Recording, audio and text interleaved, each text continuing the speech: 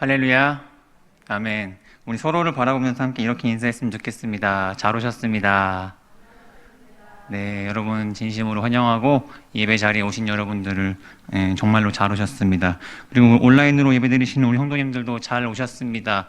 함께 각자의 처한 자리에서 이 시간 말씀을 통해 귀한 은혜의 시간을 누리는 예배가 되었으면 좋겠습니다. 저는 계속해서 이 수요 예배 자리에서 우리가 다음 세대에 관심을 가져야 하는 이유 혹은 다음 세대들에게 무엇을 가르쳐야 할지에 대한 말씀을 나눴습니다. 그래서 우리 첫 번째 시간으로 다음 세대에 관심을 가져야 하는 이유에 대해서는 구약시대부터 쭉 내려왔던 꾸준한 신앙 갱신이 있었다라고 말씀드렸죠. 우리가 다음 세대들에게 신앙을 갱신해서 믿음의 세대가 끊어지지 않게 해야 할 의무가 우리에게 있다고 말씀드렸습니다. 그 내용이 신명기 6장에 나와 있는데 이렇게 나와 있습니다. 신명기 6장 6절에서 7절 제가 읽어드릴게요. 오늘 내가 내게 명하는 이 말씀을 너는 마음에 새기고 내 자녀에게 부지런히 가르치며 집에 앉았을 때이든지 길을 갈 때이든지 누워있을 때이든지 일어날 때이든지 이 말씀을 강론할 것이며. 아멘. 이것은 의무라고 그랬습니다. 자녀에게 말씀을 가르치는 것은 해도 되고 안 해도 되는 선택사항이 아니라 반드시 해야 하는 의무사항이라고 말씀드렸죠. 내 인생은 내 인생이고 네 인생은 네 인생이니까 네 신앙은 네가 알아서 해라 라고 말하는 것은 절대로 안 되고, 우리는 반드시 다음 세대 아이들에게, 우리 자녀들에게 말씀을 가르쳐서 그들로 하여금 믿음의 세대가 끊어지지 않게 해야 하는 의무가 우리한테 주어졌다라는 것이죠. 두 번째로 우리는 다음 세대들한테 무엇을 가르쳐야 할까를 나눴었는데, 그것은 바로 하나님의 말씀을 가르쳐야 한다라고 그랬습니다. 디모데는 어려서부터 성경을 배웠고 그 성경적 세계관으로 잘 자란 사람이 바로 디모데였습니다. 이러한 성경적 세계관을 잘 가르치지 않으면 우리 아이들은 세상의 신앙과 세상의 가치와 성경적 세계관의 충돌이 있을 때 적당히 타협하며 살아가는 아이들이 될 확률이 높다고 그랬어요. 그래서 경건의 모양은 있으나 경건의 능력은 부인하는 아이들이 생길 수 있기 때문에 우리는 반드시 다음 세대 아이들한테 성경적 세계관을 가르쳐야 한다라고 그랬습니다. 오늘은 우리가 이 사도행전 말씀을 통해서 과연 우리가 다음 세대 아이들한테 보여줘야 할 유산 혹은 우리의 모습들은 무엇이 있는가에 대한 부분을 함께 좀 나눴으면 좋겠고요. 오늘 이 말씀을 통하여서 과연 우리의 신앙생활은 어떠해야 하는가를 한번 좀 점검하는 시간이 되었으면 좋겠습니다. 사도행전의 시작은 교회 역사의 시작을 알리는 아주 중요한 성경이 바로 사도행전입니다. 예수님께서는 이 땅에서의 모든 사역을 마치시고 하늘로 올라가실 때 제자들한테 성령을 주시겠다고 약속하셨죠. 그리고 실제로 오순절날 마가의 다락방에서 성령님께서 역사하시고 임재하는 놀라운 일이 있었습니다. 그리고 성령을 받은 제자들은 그 성령을 받은 이후에 복음을 전하는 족족 놀라운 역사가 일어나기 시작했습니다. 베드로가 말씀을 전하면 3,000명이 변화되는 놀라운 역사가 일어났는데요. 사도행전 2장 38절에서 41절을 우리 함께 좀 읽어봤으면 좋겠습니다. 읽겠습니다. 시작. 베드로가 이르되 너희가 회개하여 각각 예수 그리스도의 이름으로 세례를 받고 죄사함을 받으라. 그리하면 성령의 선물을 받으리니 이 약속은 너희와 너희 자녀와 모든 먼데 사람 곧 주 우리 하나님이 얼마든지 부르시는 자들에게 하신 것이라 하고, 또 여러 말로 확증하여 권하여 이르되 너희가 이 패역한 세대에서 구원을 받으라 하니 그 말을 받은 사람들은 세례를 받음에 이날의 신도의 수가 3,000이나 더하더라. 아멘. 너희가 회개하고 세례받고 죄사함을 받으라라는 말씀을 전하니까 그 말씀을 받은 사람들이 세례받고 회개하고 하는 이 신도의 수가 3,000명이나 증가하는 놀라운 일이 발생했습니다. 설교만 하면 3,000명이 변화되는 것은 어떤 느낌일까요? 저는 가끔 상상해봅니다. 설교를 준비하면서 한번 상상해봤습니다. 과연 우리 고등부에서 제가 설교만 하면은 놀라운 일이 일어나서 3,000명이 변화되고 주변에 있는 사후고 풍무고 김포고 아이들이 몰려와가지고 고등부실이 미어터지는 느낌은 어떤 기분일까를 한번 상상해봤습니다. 현실은 무엇이죠? 우리 지금 나오는 애들만이라도 설교를 좀 잘 들었으면 좋겠죠. 근데 초대교회는 이랬어요. 초대교회, 교회의 시작, 성령을 받은 제자들이 말씀을 전하는 족족 놀라운 일들이 발생하는 거예요. 베드로가 말씀 전하니까 3,000명 변화되고, 이 다음에 보면은 사도들이 말씀 전하니까 5,000명, 남자의 수만 5,000명 변화되는 놀라운 일들이 발생하는 거거든요. 교회의 시작은 굉장히 화려했고, 믿는 사람의 수가 계속해서 늘어났고, 그 믿는 사람의 수가 늘어난 공동체가 바로 교회의 시작이었습니다. 그리고 그 믿는 사람의 공동체, 초대교회라 그러죠. 예루살렘 교회, 이 초대교회 공동체의 모습은 어떠했나요? 굉장히 건강한 공동체였죠. 그들은 서로 모이기를 힘쓰고, 서로 물건을 통용하고, 사도의 가르침을 받고, 기도하기를 힘쓰는, 떡을 떼고 서로 애찬을 하며 서로 사랑하며 교제하는 아주 아름다운 공동체가 바로 초대교회 아니었습니까? 그렇게 교회의 시작은 아주 화려했고, 교회의 시작은 아주 교회의 세력을 확정시키고 있는 아주 승승장구하던 때가 바로 이 초대교회의 시절이었습니다. 그런데 그렇게 화려했던 교회의 시작에 아주 큰 사건이 하나 발생하는데, 그것은 바로 스데반의 죽음이었습니다. 복음으로 말미암아 목숨을 잃게 되는 첫 순교자가 발생한 것이죠. 그리고 스데반의 죽음 이후에는 어떤 일이 발생하기 시작하냐면 본격적인 교회를 향한 박해가 시작되었습니다. 그 내용이 사도행전 8장 1절에 이렇게 나와 있는데 함께 읽겠습니다. 시작. 사울은 그가 죽임당함을 마땅히 여기더라. 그날에 예루살렘에 있는 교회에 큰 박해가 있어 사도회에는 다 유대와 사마리아 모든 땅으로 흩어지니라. 아멘. 그렇게 화려했던 교회의 시작, 승승장구하던 교회, 아름다운 공동체 모임이 여기저기 생겨나고 있던 그런 초대교회에 스데반 집사의 죽음이라는 아주 큰 사건이 발생하는데, 그 스데반 집사의 죽음 이후로 교회를 향한 박해가 시작된 것이에요. 화려했던 교회의 시작에 큰 브레이크가 발동한 것이죠. 그리고 그 교회를 향한 박해는 어떠한 결과를 낳았냐면은 사도 외에는 다 유대와 사마리아와 모든 땅으로 흩어지는 일들이 발생하는 것입니다. 그들이 흩어지게 된 데는 다 이유가 있습니다. 왜냐하면은 당시만 해도 사울이 아직 예수님 만나기 이전이었는데, 사울이 각 집에 들어가서 남녀를 끌어다가 예수 믿는다 그러면은 감옥에 잡아 넣었잖아요. 나중에 사울이 자신의 과거를 회상하면서 어떻게까지 말하냐면은 자기는 예수 믿는다는 사람들을 죽이기까지 했다라고 고백하고 있습니다. 교회를 향한 박해는 실로 엄청났고, 그 박해로 말미암아 믿는 사람들이 뿔뿔이 흩어지는 일들이 발생했다라는 것이죠.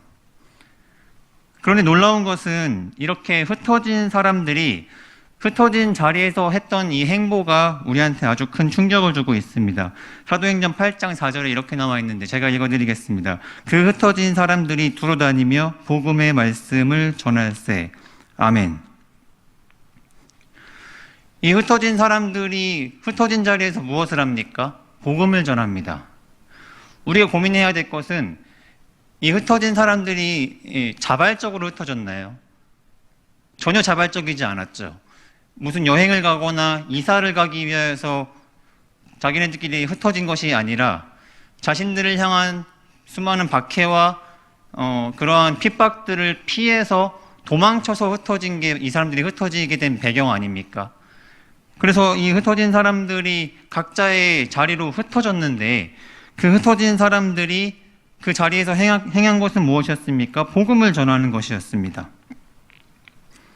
생각해 보세요. 이 사람들이 얼마나 허탈하고 허망한 심정이었겠습니까?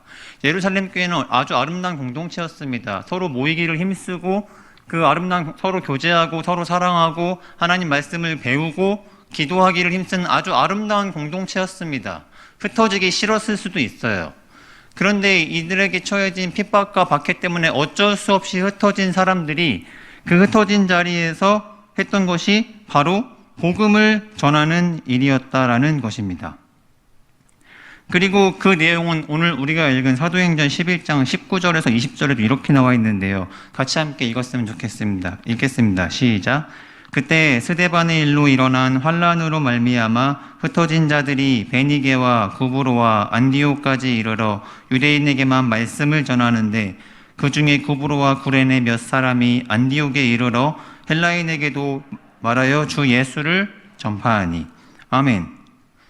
그때 스데반의 일로 일어난 환란으로 사람들이 흩어졌죠. 베니게와 구브로와 안디옥까지 흩어졌고 그들 역시 흩어진 그 자리에서 말씀을 전했습니다. 처음에는 유대인에게만 말씀을 전하다가 구브로와 구레네 몇 사람이 헬라인에게까지도 주 예수를 전파하기 시작했습니다. 그리고 그 흩어진 자들이 전한 복음으로 말미암아 어떤 일이 발생합니까? 오늘 본문 21절에는 이렇게 나와 있습니다. 주의 손이 그들과 함께 하심에 수많은 사람들이 믿고 주께 돌아오더라. 아멘. 자신들을 향한 박해를 피해서 어쩔 수 없이 흩어진 상황이었지만 그래서 큰 좌절감이나 허탈감을 느끼기에 아주 충분한 상황이었지만 그들은 그렇게 어려운 상황 속에서도 복음을 전했고 그들이 전한 복음으로 말미암아 안디옥에도 놀라운 역사가 일어나기 시작합니다. 그래서 그 안디옥에도 수많은 사람들이 모이기 시작해서 모인 그리스도인 공동체가 바로 안디옥 교회 아니겠습니까? 안디옥 교회 사람들이 많이 모인다는 소문을 예루살렘 교회가 듣고 예루살렘 교회에서 사람을 보내는데 그 보낸 사람이 바나바죠. 그들이 처한 상황 가운데서 박해를 피해 도망간 어쩔 수 없는 흩어짐이었지만 그들은 흩어진 자리에서 그들이 할 수 있는 최선의 신앙생활을 감당했고 그들로 말미암아 안디옥 교회가 세워지는 놀라운 역사가 발생했다라는 것입니다. 저는 오늘 이 본문을 보고 우리가 몇 가지를 좀 나눴으면 좋겠다라고 생각하는데 오늘 우리에게도 이 흩어진 초대교회 성도님들의 모습이 필요하다라고 생각합니다. 오늘날 우리도요, 사실 교회에 모이지 못하고 각자의 자리에 흩어져 있습니다. 함께 모여서 예배하지 못한 지가 너무나 오래됐죠. 특별히 교육부서를 생각하면 참 많이 힘듭니다.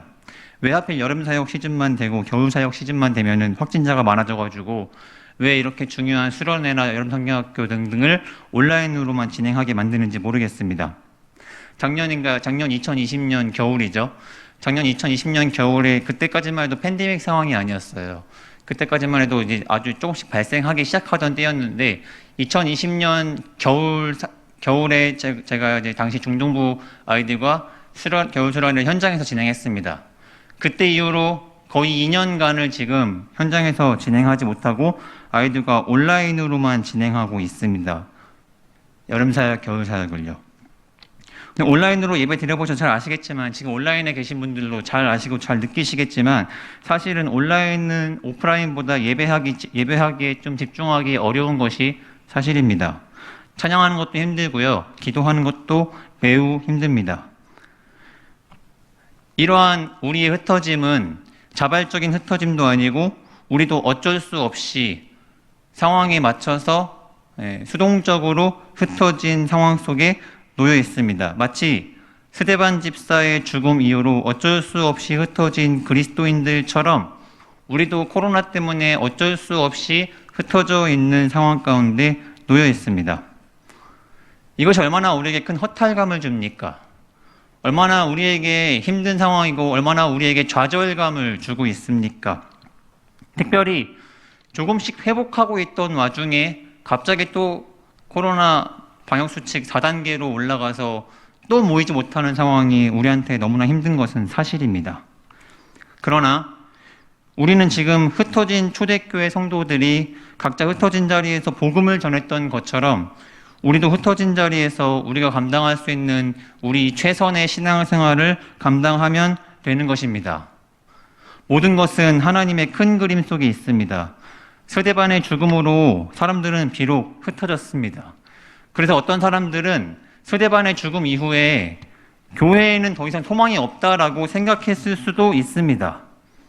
왜냐하면 스데반의 죽음 이후로 사람들이 예수 믿는다 그러면 감옥에 들어가고 심지어 죽임까지 당하는데 어떤 사람들이 교회에 소망을 느끼겠습니까? 스데반의 죽음 이후로 교회는 끝났다. 교회는 망했다. 더 이상 저 그리스도인 공동체는 소망이 없다라고 생각하는 사람들이 분명히 있었을 것입니다. 그러나 흩어진 자들이 복음을 전하는 일로 말미암아 안디옥의 교회가 세워지는 놀라운 역사가 일어나지 않았습니까? 누가 상상이나 했겠습니까?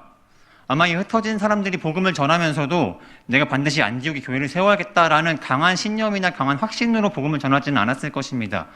그저 그들이 처한 상황 가운데서 그들이 할 수 있는 최선의 신앙생활을 감당했을 것입니다. 비록 나는 지금 흩어져 있지만, 비록 나는 지금 박해를 피해 어쩔 수 없이 안디옥에 와 있지만, 내가 갖고 있는 내 안에 있는 이 복음을 이 안디옥에 있는 사람들, 이 헬라인에게도 전해야겠다라는 그 마음 하나로 그 자신이 할 수 있는 최선의 신앙생활을 감당했을 것입니다. 그런데 그들이 감당했던 그들의 최선의 신앙생활로 말미암아 안디옥의 교회가 세워지고 놀라운 하나님의 큰 역사가 일어난 것이 아니겠습니까? 오늘날 우리도 마찬가지입니다. 우리도 지금 아주 힘겨운 시간을 보내고 있습니다. 모이지 못해서 각각 자리에서 뿔뿔이 흩어져 있습니다. 그래서 일각에서 들리는 말처럼 정말로 교회의 쇠퇴가 온 것처럼 보이기도 합니다. 그러나 우리가 흩어진 자리에서 각자가 할 수 있는, 여러분이 할 수 있는, 또는 제가 할 수 있는 최선의 신앙생활을 감당할 때, 그러면 주의 손이 우리 함께 하셔서 놀라운 역사가 일어날 줄로 믿습니다. 스데반의 죽음이 교회에 잠깐의 위축을 줬을지는 모르지만 결과적으로 교회는 무너지지 않았습니다. 그리고 그 과정 속에서 흩어진 자들이 각각의 자리에서 최선을 감당하는 일들이 있었고, 그들의 일로 말미암아, 그들의 신앙생활로 말미암아 하나님께서는 놀라운 역사를 이뤄내셨죠. 마찬가지예요. 코로나가 우리한테 교회의 잠깐의 위축을 줬을지도 모르겠습니다. 그러나 교회는 절대로 무너지지 않습니다. 저는 가끔 이제 동료 전도사님들이나 강도사님들을 만나가지고 서로의 교회에 대한 피드백을 가끔씩 합니다. 좋은 얘기가 들리는 교회가 거의 없어요. 너무 힘들다라는 거예요. 아이들의 숫자가 현저히 줄었고, 아이들이 온라인에서 예배를 드리는데 이 아이들이 예배를 드리는지 예배를 안 드리는지 파악할 길이 없다라는 거예요. 분명히 이 아이들이 예배를 드렸다라고 기록은 하고 있는데, 과연 이 아이가 예배를 틀어놓고 다른 유튜브를 봤는지, 예배를 틀어놓고 잠을 잤는지 확인할 길이 없다라는 거예요. 물론 일일이 확인하자면 할 수 있겠지만 그것이 얼마나 힘든 일이겠습니까? 현장에서 나와서 예배할 때보다 물론 교회가 위축되고 교회가 많이 어려워진 것은 사실입니다. 그러나 스데반의 일로 말미암아 교회가 몰락하지 않은 것처럼 코로나로 말미암아 교회는 절대로 무너지지 않는다라는 것이에요. 우리가 해야 할 일은 무엇입니까? 우리가 해야 할 일은 아주 간단해요. 하나님의 큰 그림 속에서 이 일이 발생했지만, 하나님의 역사와 섭리와 계획 속에서 이러한 어려움이 우리 앞에 발생했지만, 그 가운데서 우리가 할 수 있는 최선의 신앙생활이 무엇인지를 고민하고 그걸 감당하면 되는 것이에요. 내가 무엇을 할 수 있을까? 내가 이 상황 가운데서 내가 복음을 위해서 무엇을 할 수 있을지를 기도하고 고민하고 그 일을 감당하면 하나님께서 그 일로 말미암아 놀라운 역사를 일으키신다라는 것이에요. 그 최선의 신앙생활이 어떤 사람에게는 초대교회 성도님들과 같이 복음을 전하는 일일 수도 있고, 어떤 사람에게는 예배의 회복일 수도 있고, 어떤 사람에게는 기도의 회복일 수도 있습니다. 그것이 무엇이 됐든 우리가 처한 상황 가운데서 우리가 할 수 있는 최선의 신앙생활을 잘 감당하는 우리가 되기를 진심으로 소망합니다. 그래서 한국교회 역사 속에서 우리의 다음 세대들, 우리의 후손들이 오늘을 회상할 때, 그때 코로나가 한창일 때 우리의 믿음의 선배들이 각자의 자리에서 신앙을 지키기 위한 아주 필사적인 노력이 있었다라는 세대로 기억되기를 진심으로 소망합니다. 두 번째 우리가 함께 좀 기억해 볼 부분은 이것입니다. 과연 이 흩어진 사람들이 누구냐라는 것입니다. 여러분, 이 흩어진 사람들이 누굽니까? 성경에서 이 흩어진 사람들을 누구라고 기록하고 있습니까? 성경에서 이 사람들에 대한 힌트를 딱 하나밖에 기록하고 있지 않습니다. 사도행전 11장 20절에 이렇게 나와 있는데요. 제가 읽어드릴게요. 그 중에 구브로와 구레네 몇 사람이 안디옥에 이르러 헬라인에게도 말하여 주 예수를 전파하니. 아멘. 이 흩어진 사람들이 안디옥에 이르러 헬라인에게 주 예수를 전파했고 그 일로 말미암아 주의 손이 그들과 함께 하심에 놀라운 역사가 일어나서 사람들이 모이기 시작하고 만들어진 공동체가 안디옥 교회입니다. 그럼 이 안디옥 교회를 만드는 과정 속에서 그 놀라운 일을 감당하게 된 이 사람들을 성경은 뭐라고 기록하고 있습니까? 구브로와 구레네 몇 사람. 여러분, 이들이 세운 안디옥 교회는 얼마나 대단한 교회입니까? 이 안디옥 교회는 인류 최초로 선교사를 파송한 교회가 바로 안디옥 교회입니다.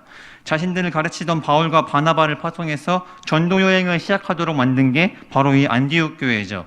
사도행전 13장 2절 3절에 이렇게 나와 있습니다.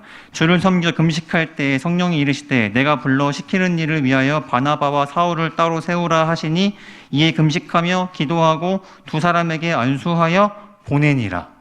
아멘. 최초로 선교사를 보낸 이 안디옥 교회, 이렇게 위대하고 뛰어난 놀라운 이 안디옥 교회를 세우는 과정 속에서 이 안디옥 교회를 세우는데 가장 큰 공을 세운 사람들에 대한 힌트는 구브로와 구레네 몇 사람이라고만 나오고 있습니다. 이들은 성경에 이름도 나오지 않습니다. 그저 흩어진 사람들이었고 그저 구브로와 구레네 몇 사람들이었습니다. 그러나 그들이 복음을 전함으로 말미암아 안디옥에 놀라운 역사가 일어나서 그 자리에 안디옥 교회가 세워진 것입니다. 이것은요, 우리에게 매우 큰 도전을 주고 있습니다. 우리는 생각할 때 교회의 위기가 오면은 어떠한 위대한 한 사람의 능력을 기대하곤 합니다. 바울이라는 위대한 사람을 통해 복음이 전 세계로 퍼져난 것과 같이 모세라는 위대한 사람을 통해 그 수많은 이스라엘 백성들이 출애굽한 것과 같이 우리는 하나님의 위대하신 일을 기억할 때 아주 뛰어나고 능력 있고 탁월한 슈퍼맨 같은 한 사람을 기대하곤 합니다. 맞습니다. 하나님께서는 그렇게 일하시기도 합니다. 모세와 바울과 같은 사람을 통해 아주 크고 위대한 일을 감당하시기도 합니다. 그런데 그렇게 위대한 일을 감당하는 바울을 파송한 그 안디옥 교회가 세워지는 과정 속에서는 누가 일을 했습니까? 성경에 이름도 나오지 않는 구브로와 구레네 몇 사람이 그저 그들이 할 수 있는 최선의 신앙생활로 말미암아 하나님의 놀라운 역사가 일어났다라는 것이에요. 이것이 우리에게 주는 도전은 매우 큽니다. 지금 분명 한국교회는 위기 속에 있습니다. 아까도 말씀드렸지만 코로나로 인하여서 수많은 사역이 위축되어 있는 것이 맞습니다. 그러한 교회 위기 속에서 우리는 위대한 한 사람의 놀라운 능력을 기대하곤 하지만 그러나 하나님의 일하심은 그것이 아닙니다. 하나님의 일하심은요, 구브로와 구레네 몇 사람으로도 안디옥 교회를 세우는 놀라운 일을 행하시는 게 바로 하나님의 일하심이라는 것이죠. 성경에 이름도 나오지 않고 이 사람의 성별은 무엇인지, 이 사람이 소년인지 장년인지 노인인지 전혀 알 수 있는 길이 없지만 그저 이름도 없이 빛도 없이 자신이 할 수 있는 복음 전하는 일을 감당했을 뿐인데 그러한 일들로 말미암아 놀라운 일들이 일어나지 않습니까? 오늘날 우리도 마찬가지입니다. 하나님께서는 바울을 통해서 아주 크고 위대한 일을 감당하시기도 하지만 그렇지 않은 사람들을 통해서도 일하신다라는 것을 우리는 반드시 기억해야 합니다. 저는 이 말씀을 준비하면서 저의 부끄러운 모습을 발견합니다. 저는 이 사역자의 길로 들어오기에 앞서서 아주 강한 사명감을 가지고 왔습니다. 청소년 사역을 해야겠다라는 아주 강한 사명감을 가지고 이 사역의 자리에 왔습니다. 그래서 전 청소년 사역 혹은 다음 세대 아이들을 위해서 지금까지 약 7년 혹은 8년이 넘는 시간 동안 이 아이들과 함께 뒹굴며 사역을 감당했습니다. 그런데 최근에 제 안에 드는 마음이 어떤 마음이 드냐면 더 이상 청소년 사역은 힘들겠다라는 마음이 제 안에 들기 시작하는 거예요. 왜냐하면 가끔 아이들의 언어를 이해 못할 때가 있습니다. 가끔 이 아이들의 언어와 이 아이들의 문화를 따라가기가 가끔이 아니죠. 참 버거울 때가 많이 있습니다. 그리고 제 주변을 둘러보면 저보다 어린 우리 사역자들을 바라보면은 너무너무 탁월하게 이 일을 감당하는 사람들이 너무 많은 거예요. 소위 말해서 고수가 너무 많다는 것입니다. 청소년 사역을 감당하는 고수가 너무 많은 거예요. 특별히 코로나 사태 이후로는 참 많은 생각을 많이 하게 됩니다. 요즘 아이들은 유튜브를 많이 보지 않습니까? 여러분, 우리 교회에서 제공하는 유튜브가 우리 아이들이 보는 유튜브에 비해서 얼마나 퀄리티가 높겠습니까? 이 아이들은 전문 편집자들이 편집하는 영상들을 보면 잘하는 아이들인데 우린 전문가가 아니지 않습니까? 그저 우리가 할 수 있는 아주 작은 영상 제공, 거기다 예쁜 자막 넣는 거, 그게 전부입니다. 그런데 너무 탁월한 사역자들이 너무 많아가지고 너무 그 사람들은 아주 영상을 재밌고 예쁘게 만들어가지고 이 아이들한테 제공하고 사역하는 모습들을 바라볼 때마다 저는 못하겠다라는 생각이 저를 막 지배하기 시작하는 거예요. 그런데 말씀을 준비하다 보니까 그게 아닌 거예요. 말씀을 준비하다 보니까 하나님께서는 바울과 같은 놀라운 탁월한 사람을 통해서 일하시기도 하지만 구부로와 구레네 몇 사람 가지고도 일하시는 분이 바로 하나님이라는 거예요. 바울을 파송한 안디옥 교회. 근데 그 안디옥 교회를 세운 사람들은 성경에 이름도 안 나오는, 그저 누군지도 모르는 구부로와 구레네 몇 사람이 복음 전하니까 거기 놀라운 일 발생해가지고 안디옥 교회 세워지는 거 아니겠습니까? 우리도 마찬가지죠. 우리도 이러한 위기 속에서 한 사람이 뛰어난 능력 있는 어떤 슈퍼맨 같은 사람이 나타나가지고 한국교회 위기를 극복하고 우리를 막 구해주고 막 교회가 확장되는 놀라운 일들을 봤으면 좋겠습니다. 그런 일들이 일어났으면 좋겠어요, 저도. 그런데 하나님의 일하심은 그렇게만 일어나지 않는다라는 것이에요. 하나님의 일하심은 구부로와 구레네 몇 사람, 마치 이름도 없고 빛도 없고 유명하지도 않는 저 같은 사람을 통해서 일하시는 것처럼 하나님께서는 그저 우리가 각자 처한 상황 가운데 최선의 신앙생활을 감당하는 그 몇 사람을 통하여서 하나님께서는 일하신다는 것이죠. 목사님들 어떻게 해주시겠지, 전사님들 어떻게 해주시겠지, 코로나 끝나면은 우리 사역자들 어떻게 해주시겠지가 아니라 지금 이 상황 가운데서 내가 할 수 있는 것은 무엇일까, 내가 할 수 있는 최선의 신앙생활은 무엇일까를 우리는 고민해야 한다는 것이에요.